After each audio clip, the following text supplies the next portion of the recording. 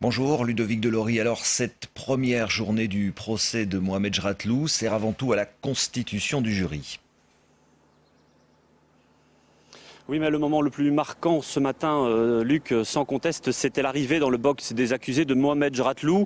Un peu fatigué, l'œil triste, il s'est assis à sa place et tout au long de ce procès, il se fera accompagner par un traducteur. Il y avait beaucoup de monde ce matin dans la salle d'assises et pour cause donc, puisqu'on procédait à la composition du jury. Au final, 8 hommes, 4 femmes constitueront le jury effectif. Ils seront suppléés par 3 hommes. C'est eux qui devront déterminer la vérité judiciaire à l'issue de ce procès.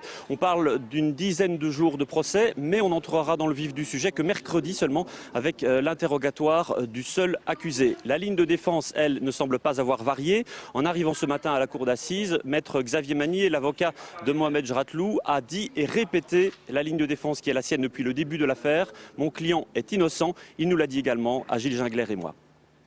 Monsieur Jratlou est mortellement touché par la disparition de son fils. Le petit garçon qui est ce martyr, Monsieur Jratlou est accusé aujourd'hui après 1 an d'instruction où on a cherché partout ailleurs.